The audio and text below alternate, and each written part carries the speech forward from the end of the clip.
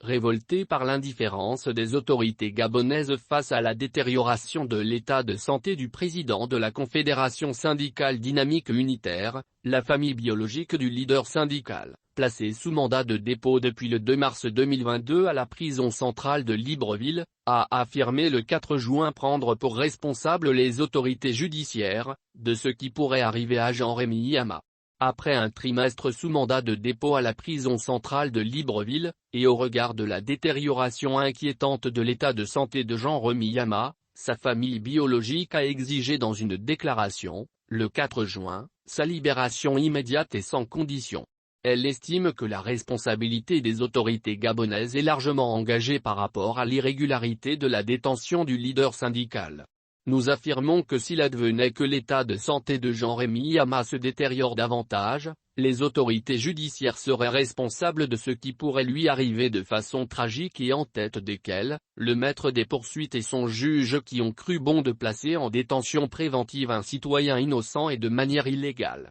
a déclaré le porte-parole de la famille, oncle paternel de Jean-Rémy Yama, Pierre Manongo. Pour ce dernier, son incarcération pour abus de confiance dans l'affaire de la Scie Serpentin, une société civile immobilière de construction des logements pour enseignants dont il est co-gérant, et sa radiation irrégulière de la fonction publique sont uniquement liés à son engagement citoyen pour la défense des droits des travailleurs qui dérange les autorités gabonaises. Et c'est ce qui pourrait objectivement justifier l'acharnement judiciaire pour réduire à tout prix au silence le porte-parole de la plus grande centrale syndicale des travailleurs, particulièrement à l'approche de chaque élection présidentielle depuis 2016. Cette responsabilité peut également se vérifier lorsque malgré les rapports d'expertise médicale concordants établis respectivement par un médecin gabonais agréé, et par son médecin traitant en France, révélant que l'état de santé de Jean-Rémy Yama est critique et exige une prise en charge spécifique urgente dans une structure sanitaire appropriée eu égard notamment à l'appareil respiratoire qu'il porte et dont il a besoin pour vivre confortablement.